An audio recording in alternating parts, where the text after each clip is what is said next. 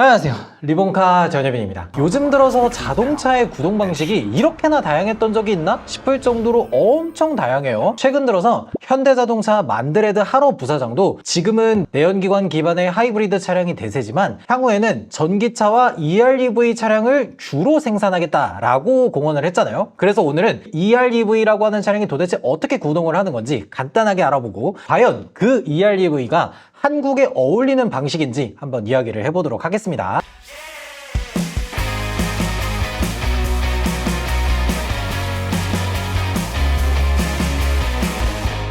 가장 먼저는 EREV가 도대체 뭐냐? Extended Range EV, 그러니까 전기차는 전기차인데 주행거리를 늘려주는 전기차다라는 겁니다. 그러면 뭘 가지고 주행거리를 늘려주냐 하면 배터리, 모터, 거기에 추가적으로 엔진을 넣어서 엔진을 발전기처럼 사용을 하는 겁니다. 사실 EREV라고 하는 개념이 생긴 지 얼마 안 된 게 아니에요. 이미 있었던 방식이에요. 그때는 EREV다 라고 부르기보다는 직렬 하이브리드라고 불렀었죠. 그러면 도대체 이 EREV의 구동 방식이 어떻게 되냐? 기본적으로는 배터리, 모터를 가지고 있는 전기차와 동일하다고 보시면 돼요. 주행하기 전에 배터리를 이 외부 전원을 통해서 충전을 시켜주고 모터를 사용해서 주행을 합니다. 그러다가 일정 거리 이상 주행한 후에 배터리가 좀 바닥이 나는 그런 상황이 다가오게 되면은 미리 탑재해뒀던 엔진을 켜고 기름을 때워서 모터를 발전기로 사용해서 배터리에 전기를 채우는 그런 방식으로 구동을 하게 되는 거예요. 그러니까 엔진은 배터리를 채우기 위한 도구로만 들어가는 거지 구동축과 직접적으로 연결이 되어서 바퀴를 직접 굴린다거나 이런 방식은 아니라는 거죠. 그러니까 엔진은 정말 발전기의 역할로서만 수행을 하는 거죠. 많은 분들이 EREV의 대표적인 차로 쉐보레 볼트가 그런 차다라고 꼽고는 하시는데, 볼트는 엄밀히 말하면 EREV다 라고 말하기는 살짝 애매합니다. 그러니까 EREV의 대표적인 특징이 엔진과 바퀴가 연결되지 않는 것인데, 볼트는 eCVT라는 방식을 사용해서 고속도로를 주행할 때 엔진이 동력을 보태기 때문에 살짝 애매한 부분이 있는 거죠. 그러면 정말 제대로 된 그 EREV의 어원이 됐었던 직렬 하이브리드가 뭐냐라고 하면은 BMW에서 나왔던 i3 레인지 익스텐더 모델이 직렬 하이브리드 겸 EREV다 라고 얘기할 수가 있어요. 이 i3 같은 경우에는 기본적으로 배터리를 한 3에서 40kWh 정도를 넣고 앞쪽에 엔진을 넣는 게 아니라 차체 뒤쪽에 한 650cc 정도 되는 2기통 엔진을 넣어서 발전 용도로 활용을 했었죠. 근데 이거는 옛날 직렬 하이브리드라고 불렀었던 차량들이 이랬던 거고, 요즘 들어서는 EREV의 의미가 조금 다르게 적용되고 있어요. 예전에는 엔진도 작고 배터리도 작게 넣었다면 요즘에는 배터리도 훨씬 더 크게, 모터도 훨씬 더 강하게, 엔진도 더 강한 걸 넣어서 주행거리를 훨씬 늘렸습니다. 우리나라에서는 제네시스가 2028년부터 새롭게 출시되는 차량에 한해서 EREV 방식을 개발해서 사용하기로 했어요. 그러면 현재 이 방식을 주로 사용하는 것은 어디냐? 바로 중국입니다. 중국에서 출시되는 차량 중에 저희가 몇 번 보여드렸던 그 양왕 U8이라는 차가 있잖아요. 그게 바로 EREV 차량입니다. 기본적으로 배터리를 한 49kWh 정도를 싣고 다녀서 한 번 충전을 했을 때 주행 가는 거리가 약 180km 정도 된다고 하고요. 여기에 2.0L 엔진과 75L 정도 되는 연료통을 싣고 다니면서 필요할 때 엔진을 켜고 발전해서 배터리를 충전하는 방식인데, 중국 쪽 얘기를 통해서 들어보면 배터리를 가득 채우고 연료통을 가득 채우면 한 번 충전으로 한 1000km를 주행 가능하다고 하죠. 근데 이거는 여러분들도 아시다시피 이 CLTC 기준이기 때문에 보통은 요 정도는 못 갈 겁니다.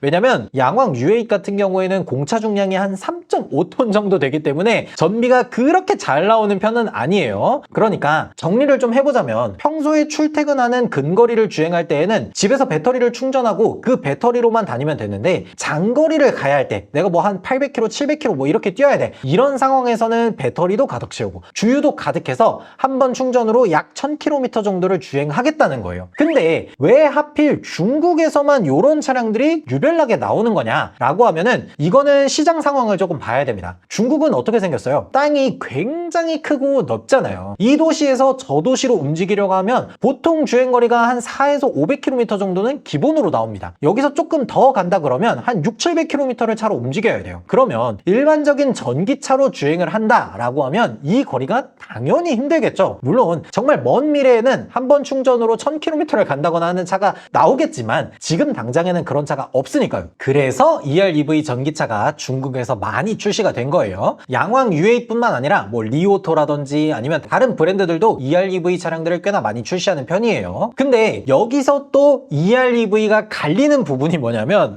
이게 조금 복잡해요. 그러니까 EREV가 아직 정확하게 뚜렷한 데피니션을 가지고 있는 단어가 아닙니다. 여러 가지로 파생형이 굉장히 많이 있는데 가장 갈리는 부분으로는 EREV에 변속기를 넣느냐 넣지 않느냐 이거에 대한 차이가 조금 있어요. 양왕만 하더라도 엔진이 주행을 위해서 구동축과 연결되어 있지는 않거든요. 근데 특정 차량들에서는 EREV처럼 만들고 거기에다가 변속기까지 넣어서 엔진이 구동축과 연결돼서 동력을 보태게 만든 그런 차량도 있어요. 지난번에 제가 덴자의 Z9 GT를 탔었잖아요. 그 차가 엔진, 모터, 배터리, 변속기 이런 것들을 모두 다 때려 넣어서 EREV인 듯 하면서 PHEV인 듯 하면서 고성능인 그런 아사모사한 그 경계에 걸쳐져 있는 차량이다 라고 보시면 돼요. 어떤 분들은 야 그거 그냥 PHEV 아니야 라고 하시는 분들도 있기는 있어요. 어쨌든 이 EREV라는 단어가 조금 애매하기는 하지만 형식적으로 봤을 때는 EREV는 변속기가 없는 형태고 PHEV는 뭐 3단 멀티 기어박스든 아니면 고속에서만 크루징할 수 있는 기어박스든 어떤 형태로든 엔진과 구동축이 맞물리는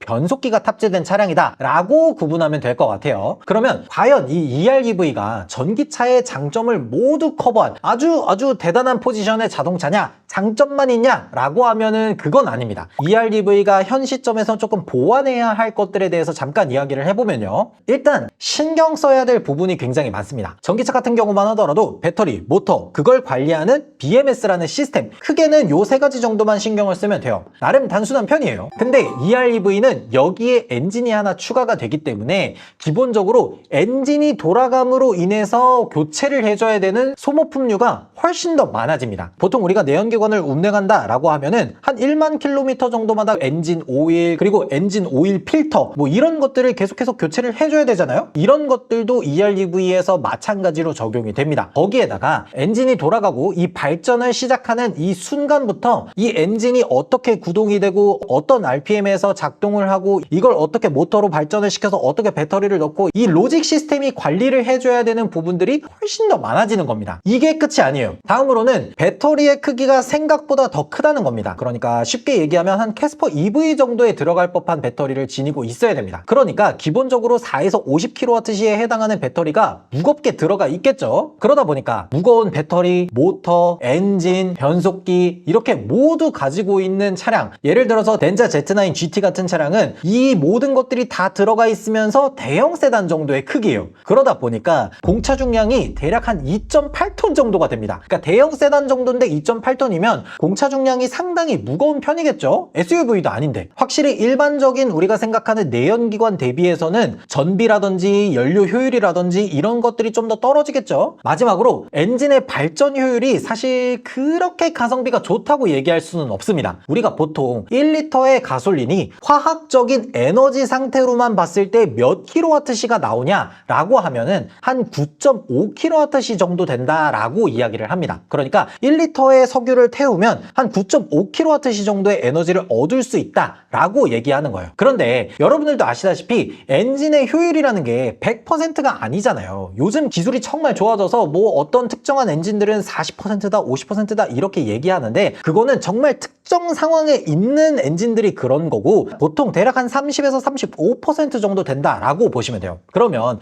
대략 30% 정도의 열 효율을 가지고 있다고 했을 때 휘발유 1리터는 정말 잘 쳐주면은 약 3kWh 정도를 얻을 수가 있는 겁니다. 그렇게 했을 때 1리터에 3kWh를 얻을 수 있다라고 계산을 해보면 킬로와트시당 대략 한 533원 그러니까 지금 국내에 깔려있는 초급석 충전기에서 충전하는 비용보다 더 비싸다는 겁니다. 대략 전비가 한 킬로와트시당 5km 정도다 라고 가정을 하면 휘발유 1리터를 가지고 갈 수 있는 주행거리가 15km 정도가 되는 거예요. 이 정도만 해도 뭐 웬만한 하이브리드급 연비가 나오니까 이거는 입장에 따라서 이게 호불호가 조금 갈릴 것 같아요. 어떤 분들은 이거 하이브리드 정도의 연비면 생각보다 되게 좋은데? 라고 생각하는 분들도 있을 거고 충전하면은 그것보다 훨씬 싼데 차라리 잠깐 충전하고 가는 게 훨씬 낫지? 라고 이야기하실 분들도 분명히 계실 것 같아요. 마지막으로 현대가 어떤 방식의 EREV를 개발할 건지 정확하게 알 수는 없지만 PHEV에 가깝게, 그러니까 변속기가 추가돼서 엔진과 구동축이 연결되는 방식이라면 재원상 내연기관보다 훨씬 더 무거워지는 것, 거기에다가 가격도 훨씬 더 비싸질 텐데 이런 것들을 과연 어떻게 합리화할 수 있을까? 이런 것도 EREV가 추후에는 해결해야 될 과제가 되겠죠.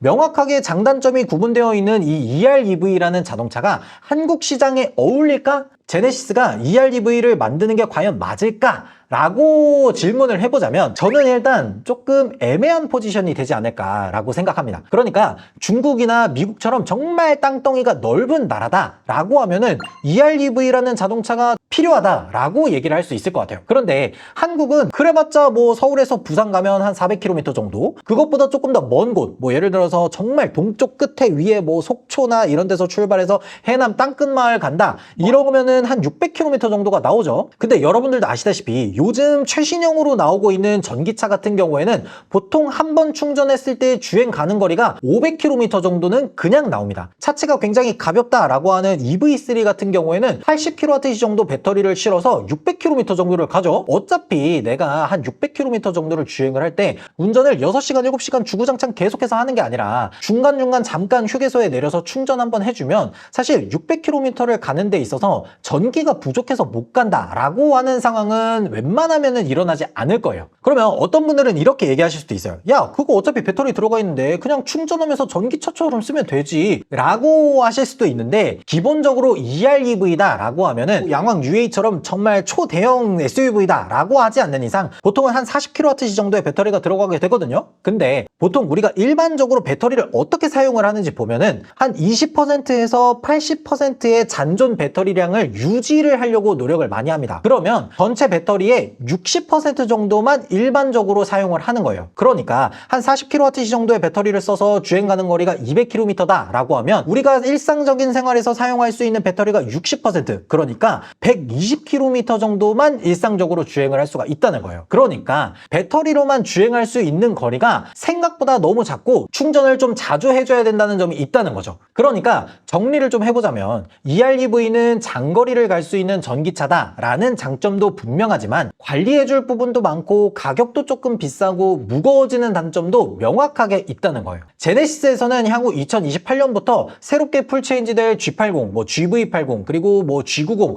이런 다양한 라인업에 전기차부터 EREV 같은 파워트레인을 새롭게 선보이겠다고 한 상황인데 저는 개인적으로 좀 궁금한 게 과연 이 EREV를 우리나라 상황에 맞게 어떻게 최적화를 할 것인지, 아니면 최근 미국 시장에서 제네시스의 판매량이 계속해서 오르고 있는데 미국이나 중국같이 광활한 땅에 맞게 개발을 할 것인지, 과연 그렇게 해서 출시된 차가 가성비가 괜찮을 것인지 어떤 식으로 나올지 정말 기대가 됩니다. EREV라는 자동차가 출시돼서 정말 잘 되든 잘 안 되든 저는 개인적으로 자동차를 정말 좋아하는 입장에서 이런 새로운 도전을 계속해서 해주는 현대가 좋아 보이기도 해요. 저는 개인적으로 더 기대가 되는데 여러분들의 생각은 어떤지 댓글로 달아주시면 좋을 것 같습니다. 지금까지 저는 리본카 전효민이었습니다. 감사합니다.